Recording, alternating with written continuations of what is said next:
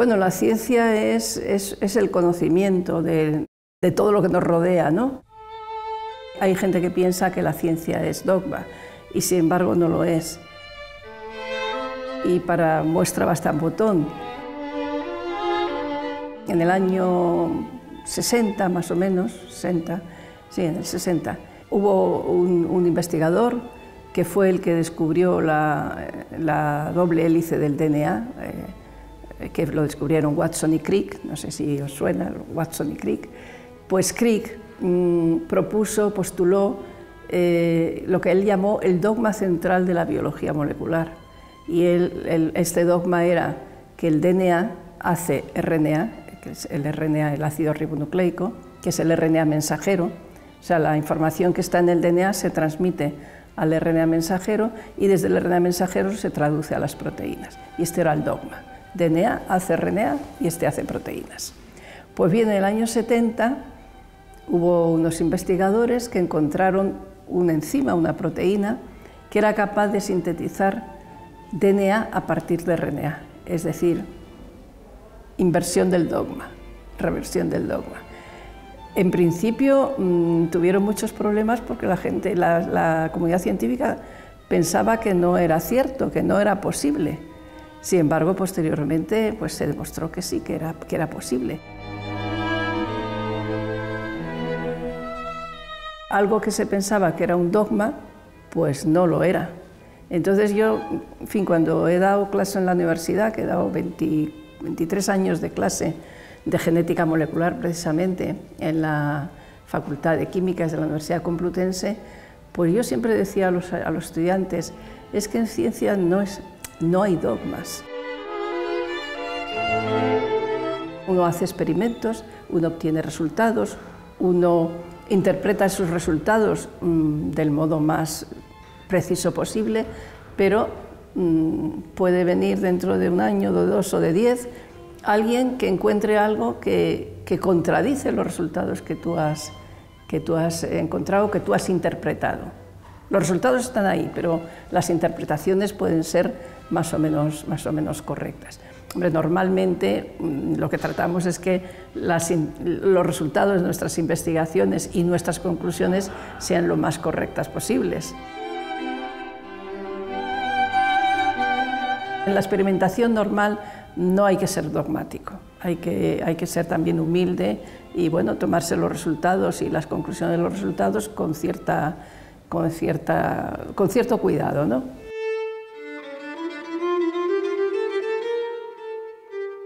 Bueno, yo tampoco quiero quitar importancia a la ciencia, ni mucho menos, la ciencia es muy importante y desde luego los avances científicos que ha habido a lo largo en la humanidad y tal, pues son evidentemente muy importantes.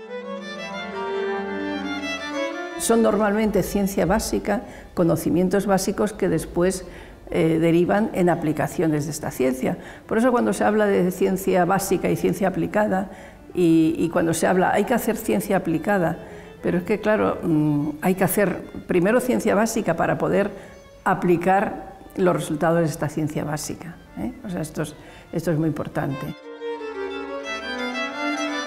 Concretamente, pues ahora estamos viviendo una etapa, desde el punto de vista de la biología, pues una etapa muy importante de que el conocimiento científico nos va a llevar a poder resolver problemas digamos, médicos, muy relevantes.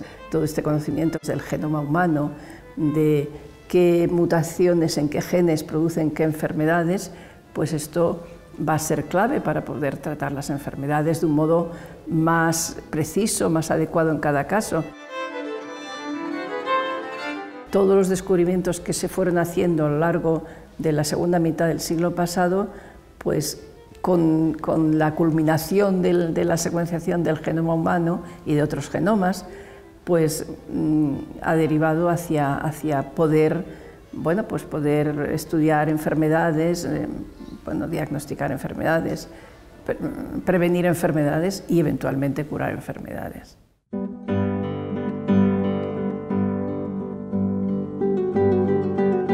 Lo que me parece siempre admirable de Margarita es su mesura, su capacidad de oírlo todo, ¿no?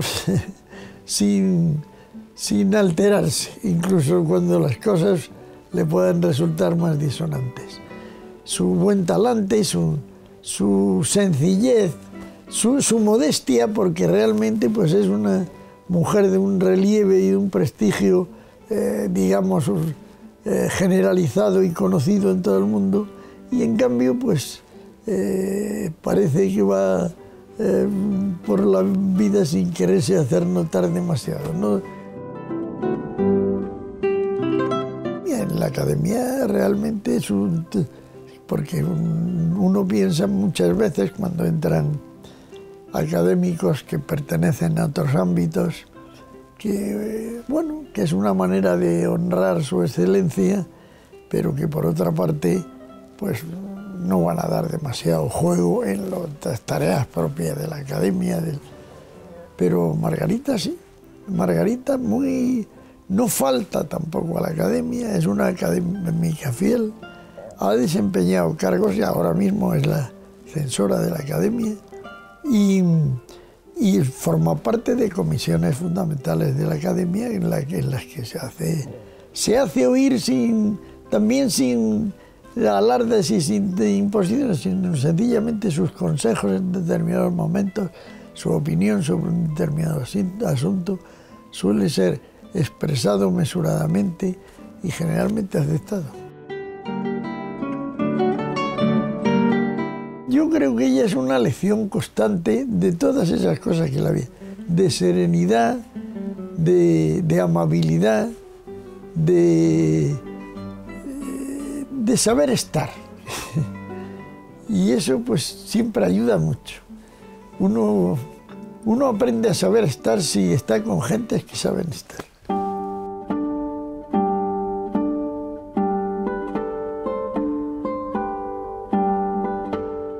Durante el bachiller se estudiaban tanto ciencias como letras, o sea que no había que decidirse por ciencias o por letras. Y después se hacía un curso preuniversitario y ahí sí había que elegir ya entre ciencias y letras, y yo elegí ciencias.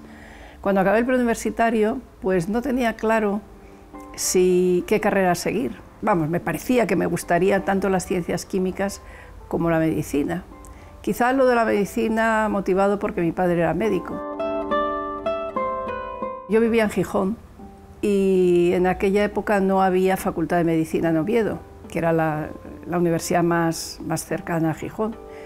Entonces yo decidí venirme a Madrid a estudiar, hacer un curso selectivo que me valdría tanto si quería después continuar químicas como medicina. Después de ese curso selectivo, pues bueno, me decidí a seguir la carrera de químicas y rápidamente me entusiasmó porque había muchas horas de prácticas de laboratorio, entonces me empezó a gustar el laboratorio. Entonces fue cuando ya, sobre todo en tercero de químicas, yo pensé en aquel momento que mi futuro podría ser la investigación en química orgánica, pero me equivoqué. Y me equivoqué porque ese verano fui a Gijón, como todos los veranos, a pasar las vacaciones. Y ahí conocí a Severo Ochoa, quien influyó decisivamente sobre mi futuro.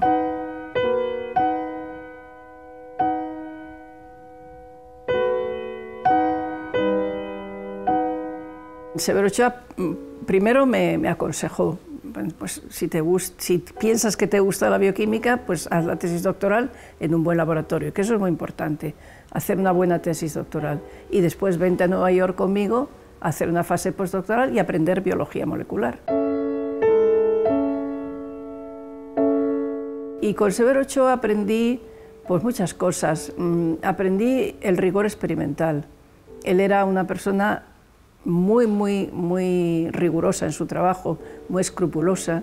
No dejaba que nada se le escapase, ningún control, un poco para que los resultados de los experimentos y las conclusiones fuesen lo más correctas posibles. Tenía una gran capacidad de transmitir los conocimientos, tanto a nivel escrito como a nivel hablado, es decir, conferenciante fantástico. También los trabajos que él escribía eran fantásticos, era muy preciso, muy conciso y además, pues claro, una dedicación absoluta a la investigación y un gran entusiasmo.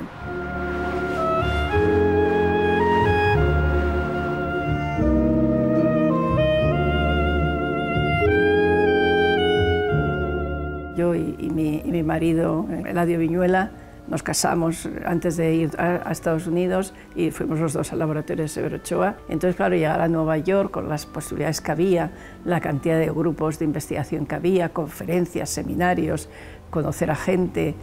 Eso desde el punto de vista científico. El laboratorio de Severo Ochoa era un laboratorio excelente. Había grupos de investigación, no solo el de Severo Ochoa, sino grupos que trabajaban en el mismo departamento, que eran muy buenos. O sea que la época de Nueva York fue fantástica, claro. Los 3 años que pasamos en Nueva York, yo creo que fueron los mejores años de nuestra vida, tanto científica como cultural.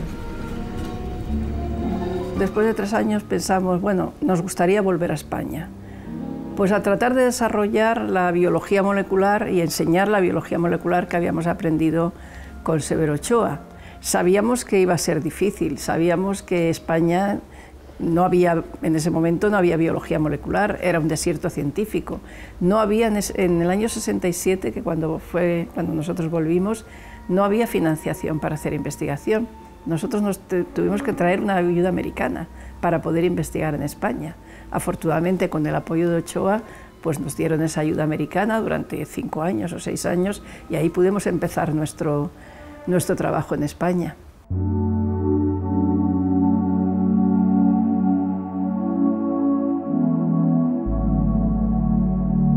El virus bacteriófago FI29 o fago FI29, como también lo abreviamos, es un virus que infecta bacterias, por eso se llama bacteriófago, que mata a bacterias.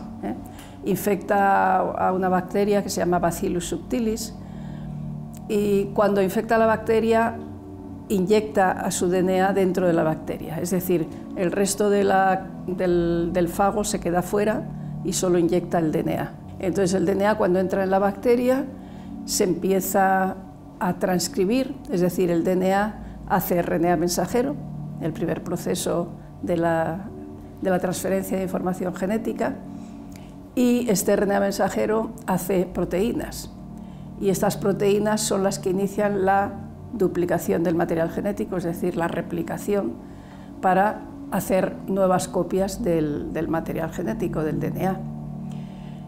¿Por qué es especial este fago? Pues porque el DNA, ya en el año 71, publicamos que tiene una proteína unida a los extremos del DNA. Esta fue la primera vez que se describió una proteína de este tipo. Nunca se había encontrado que el DNA tuviese proteína unida a los extremos. Y esto resultó ser un nuevo mecanismo para la iniciación de la duplicación del DNA. Hay muchos virus que duplican su material genético utilizando esta proteína que está unida a los extremos del DNA como iniciador o primer. La duplicación la hace la DNA polimerasa, que es una polimerasa que tiene unas propiedades muy específicas que hacen que sea capaz de duplicar el DNA del virus sin necesidad de otras proteínas accesorias, con lo cual hace que esta DNA polimerasa sea muy práctica desde el punto de vista de su aplicación en biotecnología, porque no necesita ninguna otra proteína auxiliar, por decirlo así.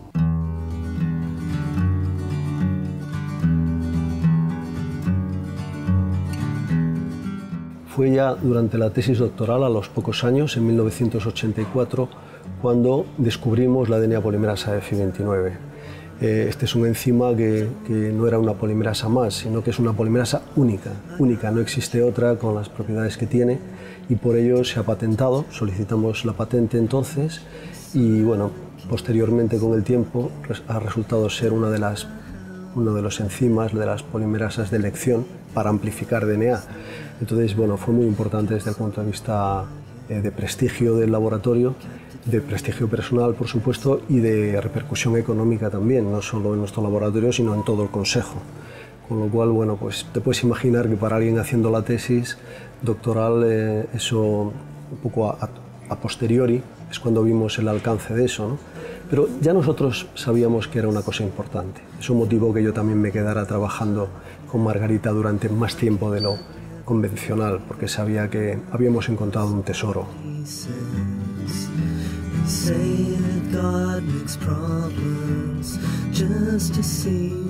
Yo he aprendido de ella el rigor y que lo primero que hay que hacer es ser crítico con uno mismo.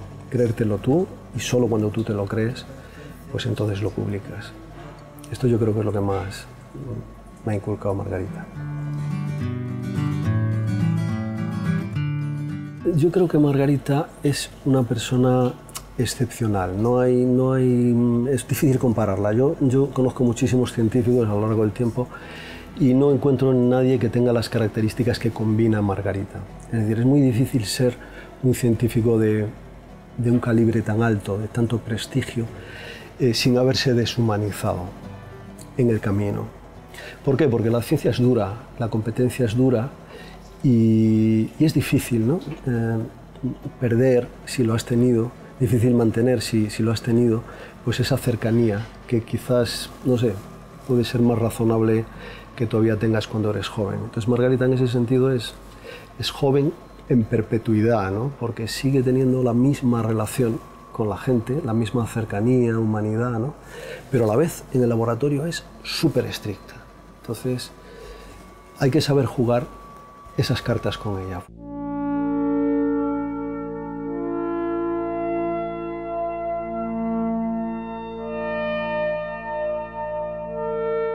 Para ser investigador hay que tener un gran entusiasmo, es decir, una pasión, entusiasmo, porque si no, no vale la pena. Es decir, a la investigación hay que dedicarle muchas horas, muchas frustraciones, mucho tesón, mucha paciencia, y si no tienes entusiasmo por ella, pues oye, más vale que te dediques a otra cosa.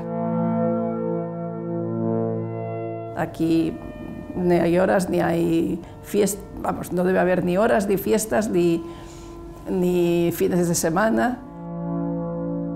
Tampoco hay que pedirle al investigador ser un genio. O sea, yo creo que los investigadores, la mayoría no somos genios, somos personas normales que trabajamos mucho, con mucho entusiasmo, con mucha dedicación, con mucha paciencia, con mucho tesón, con mucho rigor experimental y con su dosis de imaginación. Es decir, hay que tener la doble versión de rigor y también imaginación. O sea, porque claro, si uno no tiene nada de imaginación, pues uno no puede pensar en, digamos, en el futuro, en experimentos, hacer, etcétera, etcétera.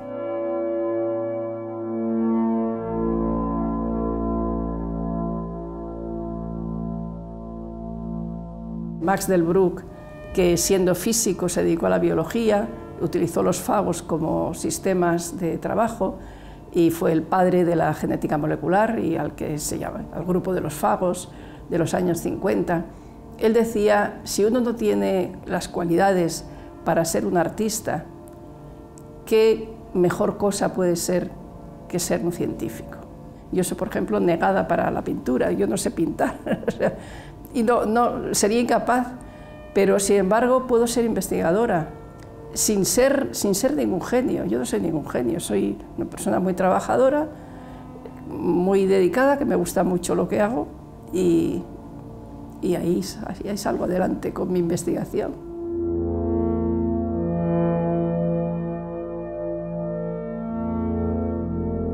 Sin investigación básica no hay aplicaciones, entonces yo por supuesto reivindico que hay que hacer investigación básica de calidad, y eso lo decía también Severo Ochoa. Hay que hacer investigación básica de calidad y de esta investigación básica saldrán resultados que no son previsibles a priori y que redundarán en beneficio de la sociedad. Y un poco un ejemplo muy claro es el trabajo mío con el fago Fi29. pura investigación básica. Como decimos nosotros, nadie daría un duro por el fago, un duro desde el punto de vista práctico. Y sin embargo, la aplicación biotecnológica que ha resultado de esta investigación ha sido la DNA polimerasa para amplificar el DNA, que le ha dado al Consejo Superior de Investigaciones Científicas el 50% de las regalías que ha obtenido el Consejo en esa época venían de nuestra patente, de la patente de la DNA polimerasa del fago Fi29. Es decir, es una prueba clarísima que de la investigación básica pueden salir resultados.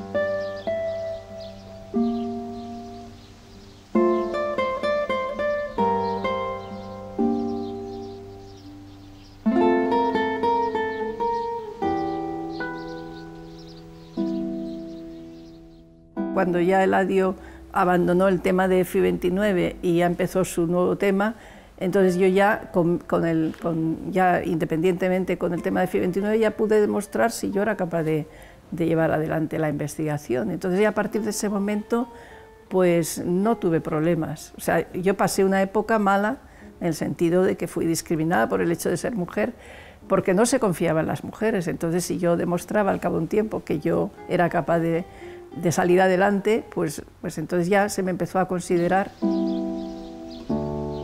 Cuando me daban un premio, o por ejemplo cuando me hicieron miembro de la Real Academia de Ciencias Exactas, Físicas y Naturales en el año 88, pues yo fui noticia porque yo era la primera mujer en la Academia de Ciencias. Entonces yo era noticia. Desde el punto de vista mediático, yo era más noticia que si hubiese sido un hombre. Entonces, en cierto modo, pues lo que había sido negativo para mí por el hecho de ser mujer, en cierto modo se convirtió en positivo desde el punto de vista mediático, ¿no?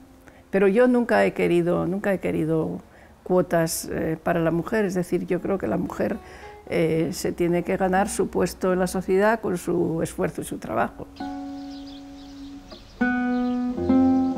Ahora en los laboratorios de investigación hay más mujeres que hombres iniciando la tesis doctoral. Además, son mujeres que ya se plantean su vida profesional de un modo serio y de un modo que van a seguir adelante con ello, ¿no? No hacer una tesis doctoral y después abandonar, no. Yo creo que las chicas que ahora hacen la tesis doctoral es porque quieren seguir su vida profesional, su vida investigadora. Entonces yo siempre digo que en un futuro no demasiado lejano, y yo pongo 15 años, la mujer ocupará en el mundo científico el puesto que le corresponda de acuerdo con su capacidad y con su trabajo. O sea que yo creo que sin cuotas vamos a llegar, simplemente con que no haya discriminación negativa por el hecho de ser mujer.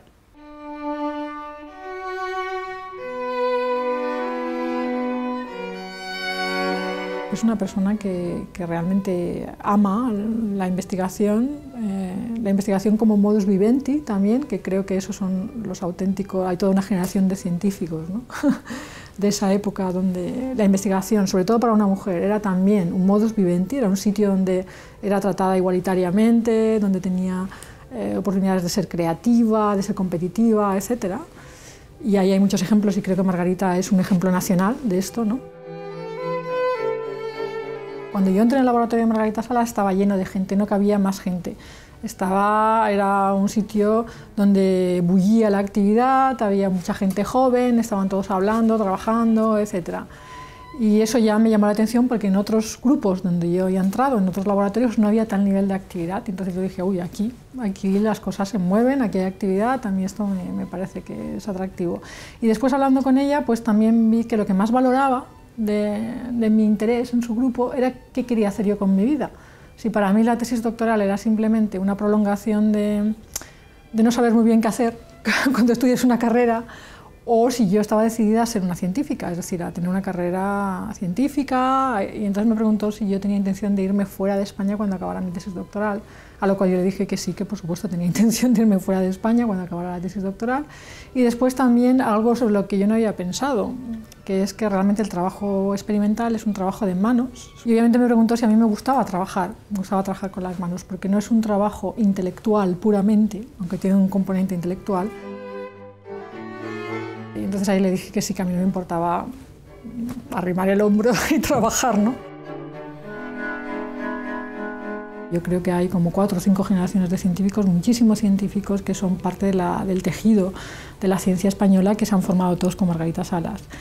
Lo que yo creo que nos caracteriza un poco en común, de hecho yo creo que se refiere a nosotros con una palabra, ¿no?, que es margaritos, que quiere decir algo, ¿no?, que quiere decir la manera de pensar y de trabajar de Margarita Salas, que es una manera a la americana completamente, o sea, sin, digamos, la ciencia hecha como se hace en los mejores sitios del mundo, y para ella era Estados Unidos, y eso es una de las características principales, ¿no?, que trabajar en el laboratorio de Margarita Salas era prepararte para trabajar en los mejores laboratorios del mundo, ¿no?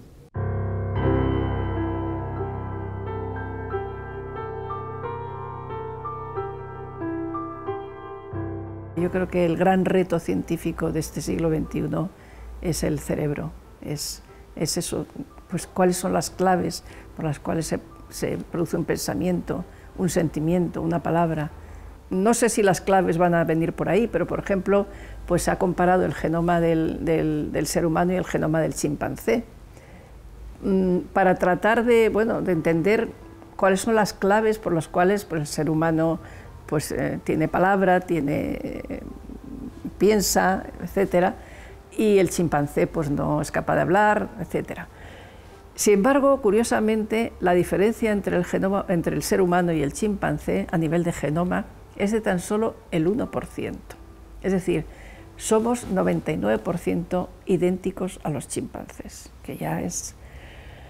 Y entonces se piensa que más que la secuencia del genoma, de los genomas, es la expresión de los genomas, es decir, cómo se expresan los genes para dar lugar a las proteínas, que puede ser más la clave de por qué nos diferenciamos los humanos de los chimpancés, por ejemplo, ¿no? Y entre los seres humanos, entre cualquiera de nosotros, nos diferenciamos solo en un 0,1%. Es decir, tú y yo somos 99,9% idénticos a nivel de genomas.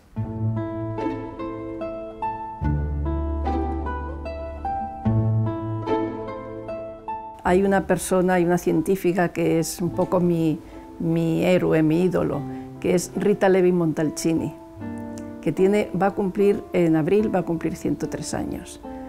Y hace un par de años o 3 le hicieron doctor honoris causa por la Universidad Complutense. Y en una entrevista que le hicieron, pues ella comentaba que ella seguía yendo, tenía 100 años entonces, y decía que iba todos los días al laboratorio. Y que ella sí tenía muchas arrugas en la cara, pero lo importante era no tener arrugas en el cerebro. Entonces yo en broma digo, yo de mayor quiero ser como Rita Levi-Montalcini. No sé, me asusta un poco, ¿no? La muerte, cada vez que la pienso, y bueno, uno ya va cumpliendo años, pues me asusta, o sea... No, o sea, si es el fin de todo, pues bueno, pues te acabas y ya está, pero no sé, no sé, produce un cierto congoja, ¿no? Bueno, es una realidad, pero a veces te parece, sobre todo cuando se han muerto seres queridos, te parece que no tenía que existir la muerte, ¿no? Aunque es una necesidad, porque no podríamos vivir eternamente, ¿no?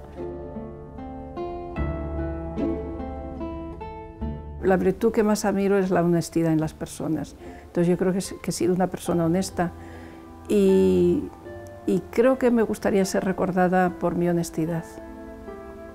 Que creo que lo soy, que soy honesta y creo que más que por mis éxitos científicos, pues por haber sido una persona honesta, luchadora, trabajadora, o sea, este tipo de valores, ¿no?